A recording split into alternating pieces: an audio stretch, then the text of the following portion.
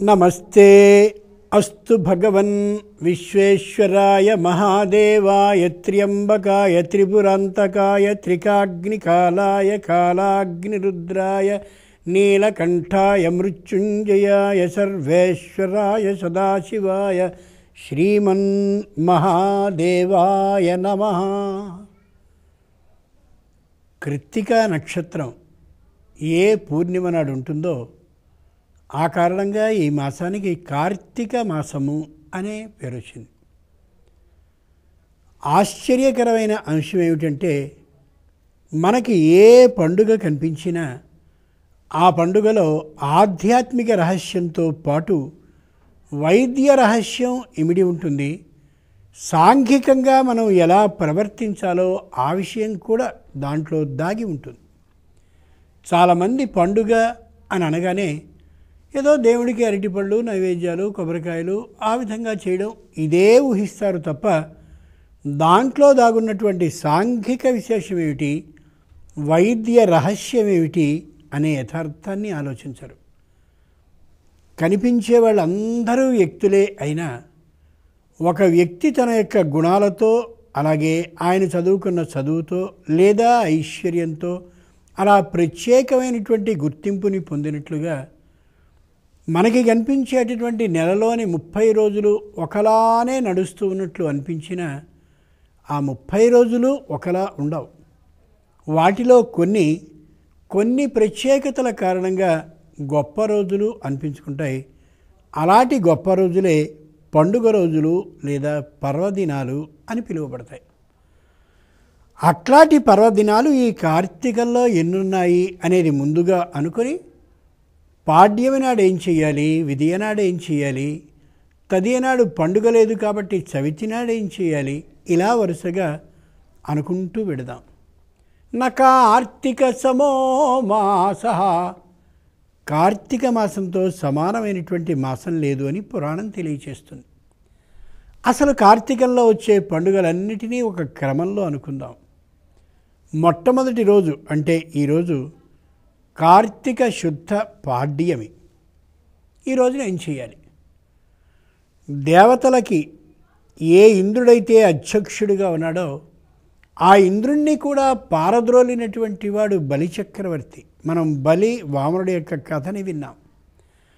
ఆ బలిచక్రవర్తి సరిగ్గా ఇదే రోజున తన గురువైనటువంటి శుక్ర ఆచార్యుని యొక్క మాటని కాదు అని యథార్థంగా తనకి సంపూర్ణంగా ఉన్నటువంటి ఆ రాజ్యాన్ని మొత్తాన్ని వామనుడు 3వ అడుగు ఎక్కడ పెట్టాలి, 2 అడుగులు పెట్టేశాను అన్నప్పుడు నా తల మీద పెట్టు అని అడిగి స్వయంగా అలా సుతలలోకానికి తొక్కబడ్డట్టుగా కథ చెప్తుంది.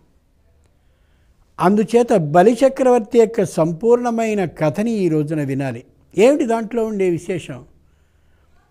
గురువు యొక్క మాటని వినకుండా స్వయంగా దానం చేశాడు బలిచక్రవర్తి. అక్కడ కథ అది. శుక్రాచార్యుడు అన్నాడు, నేను చెప్తున్నాను రాక్షస గురువుగా, నువ్వు రాక్షస రాజుగా నా మాటని వినాలి. ఆ వచ్చినవాడు వామనుడులా కనిపిస్తున్నటువంటి పొట్టివాడులా కనిపిస్తున్నటువంటి వాడు వేద బ్రాహ్మణుడు వైదికుడు కాడు. వాడు సాక్షాత్తు శ్రీ మహావిష్ణువు. నిన్ను పదవీ భ్రష్టుణ్ణి చేయడానికి వచ్చాడు కాబట్టి వాడికి మాత్రం దానం ఇయ్యకు అంటే ఎవరికైనా దానం అంటూ మానేస్తానేమో తప్ప ఈయనకి మాత్రం దానం ఇయ్యకుండా ఉండను అని ఆయనకే దానాన్ని చేశాడు బలిచక్రవర్తి ఇదే రోజున. అందుచేత ఆ ఇయ్యడంలో ఉండే అంతరార్థం ఏమిటో, గురువు యొక్క మాటని కాదు అని బలిచక్రవర్తి ఎందుకు అన్నాడో, కాదని అన్న ఆ బలిచక్రవర్తికి ఆ మహానుభావుడైనటువంటి శ్రీ మహావిష్ణువు సుతల అనే పేరు కలిగిన లోకానికి అధిపతిగా ఎందుకు అలా ఉంచాడో ఆ విశేషాన్ని మనం గమనించాలి కార్తీక శుద్ధ పాడ్యమి రోజున. 2 వరుసగా మనం ముందు అసలు పండుగలు ఏమిటో తెలుసుకుని అప్పుడు వివరంగా లోనికొద్దాం.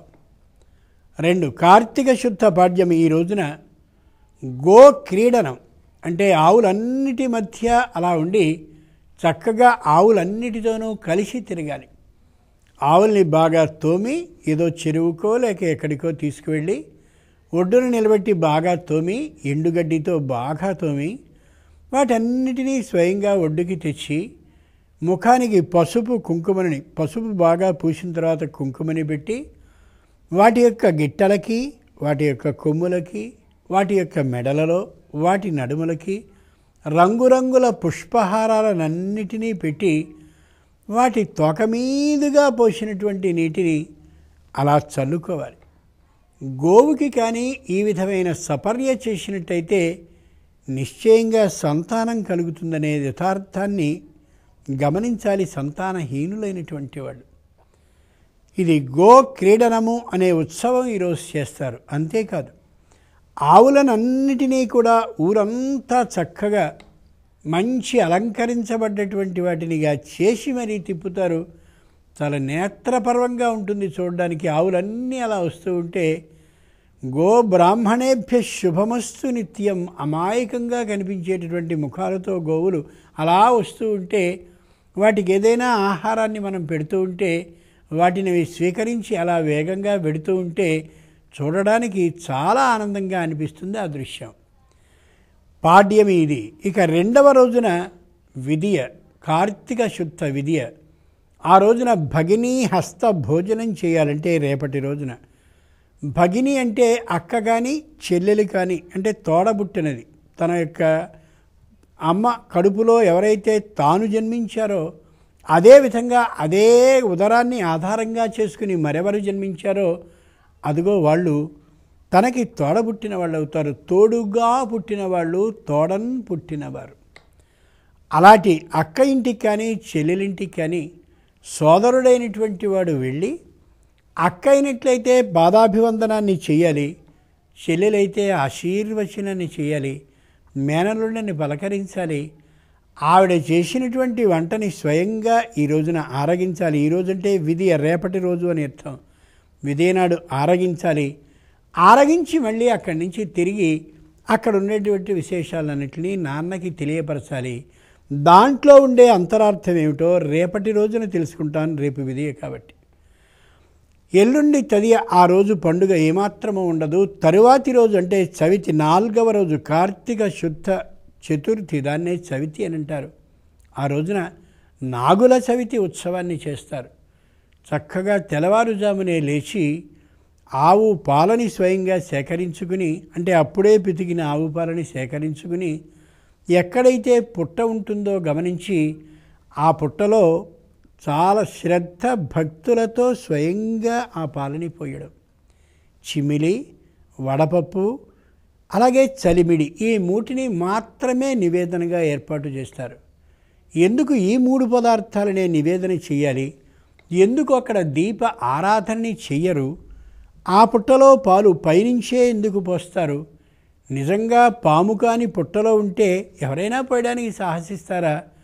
పుట్టలో కానీ పాము లేకపోయినట్లయితే ఈ పాలన ఎందుకు పోయాలి? ఈ రహస్యాలన్నిటినీ తెలుసుకోవాల్సిన రోజు కార్తీక శుద్ధ చతుర్థి, 4వ రోజు. 5వ రోజున ప్రత్యేక ఉత్సవం ఏమీ కనిపించదు. 6వ రోజున కార్తీక శుద్ధ షష్ఠి వస్తుంది. ఆ రోజున అగ్నిదేవుడైనటువంటి కుమారస్వామిని స్వయంగా ఆరాధించాలి. కుమారుడు సంతానాన్ని ఇచ్చేటటువంటి లక్షణం కలిగినవాడు. కుమారుడు అంటే కుమారస్వామి. ఆ కుమారస్వామి ఎలా జన్మించింది, ఆ జన్మించిన విధాన క్రమమేమిటి? 2 తల్లుల ముద్దుల బిడ్డడు అంటారే, మరి 2 తల్లులకి ఒకే ఒక పుత్రుడు పుట్టడం ఉంటుందా? ఆయన్ని కార్తికేయుడని పిలుస్తారు, అగ్నిపుత్రుడని పిలుస్తారు, శరవణభవుడని పిలుస్తారు, రెల్లుపుత్రుడని పిలుస్తారు, అబో ఎన్నెన్నో పేర్లతో పిలుస్తారు. మరి ఇన్ని పేర్లు ఉన్నటువంటి కుమారస్వామి ఒక పేరుకి పొంతలు లేకుండా కనిపిస్తాడు ఎందుకని అని దాంట్లో ఉండే అంతరార్థాన్ని తెలుసుకోవాల్సినటువంటి రోజు కార్తీక శుద్ధ షష్ఠి. ఇక కార్తీక శుద్ధ సప్తమి చాలా గొప్పదైనటువంటి రోజు. ఆ రోజున కార్తీక సప్తమి రోజున ప్రత్యేకంగా 7 దీపాలని వెలిగించి అమోఘమైన ఉత్సవాన్ని చేస్తారు. ఆ దీపాలను వెలిగించడంలో ఉండే విశేషం, 7 దీపాలను ఎందుకు వెలిగించాలి, వెలిగించిన 7 దీపాలకి ఏ విధమైనటువంటి పూజని చెయ్యాలి, ఆ పూజలో ఉండే మంత్రాలు ఏమిటి, అర్థం ఏమిటి, ఆ విశేషాన్ని సప్తమి నాడు తెలుసుకోవాలి. కార్తీక శుద్ధ అష్టమిని గోష్ఠ అష్టమి అని పిలుస్తారు. గోష్ఠము అంటే ఆవులన్నిటినీ ఓ చోట ఎక్కడైతే ఉంచుతారో మేతకి యువతలకి తీసుకొచ్చి పంపించి తరువాత మేతంతా మేసిన తర్వాత తిరిగి మళ్ళీ ఏ ప్రదేశంలో వాటినన్నిటినీ పలుపు వేసి కడతారో ఆవులన్నీ ఉండేటటువంటి ప్రదేశం ఏదో దాన్ని గోష్ఠము అంటారు. ఆ గోష్ఠంలో ఉండేటటువంటి ఆవులన్నిటికీ ఆవేళ పూజ చేసి వాటికి కావలసినంత ఆహారాన్ని పెట్టి గోష్ఠం ఆ ఆవులు ఉండేటటువంటి ప్రదేశంలోనే నిద్రించడం ఏదైతే ఉందో అదిగో దాన్ని గోష్ఠ అష్టమి అని పిలుస్తారు. ఆవులు పరుండేటటువంటి ప్రదేశంలోనే ఒక రాత్రి కానీ నిద్ర చేసినట్టయితే దంపతులకి సంతానం కలుగుతుందనడానికి అనుభవంలో అనేకమైనటువంటి సాక్ష్యాలు కనిపిస్తున్నాయి.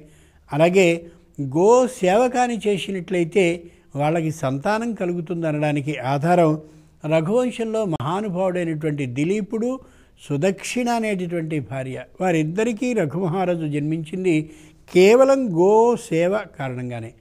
ఆ చరిత్ర ఏమిటి, ఎలా వాళ్ళు సంతానాన్ని పొందారు, దిలీపుడు సుదక్షిణ అనేవాళ్ళు, రఘుమహారాజు జన్మ యొక్క విశేషం ఏమిటి, అదంతా ఆ గోష్ఠ అష్టమి నాడు తెలుసుకుంటాం. ఇక మరునాడు కార్తీక శుద్ధ నవమి నాడు కృతయుగ ప్రారంభమైంది. మనం ఏదైతే ఈవేళ కలియుగం అనుకుంటున్నామో దీనికి వెనుకది ద్వాపరం అయితే, దానికి వెనుకది త్రేతాయుగం అయితే, దానికి వెనుకది కృతయుగం, అదే మొట్టమొదటి యుగం. కృతయుగాన్ని పరమేశ్వరుడు ఎంత ఆలోచన చేసి ఎంత ఊహ చేసి ఏ విధంగా నిర్మించాడో, కృతయుగంలో ఉండేవాళ్ళు ఏ విధంగా ప్రవర్తించేవాళ్ళో, వాళ్ళ యొక్క విశేషాలు ఎంతెంత గొప్పగా ఉండేవో ఆ విశేషాలన్నిటినీ తెలుసుకోవలసినటువంటి రోజు కార్తీక శుద్ధ నవమి.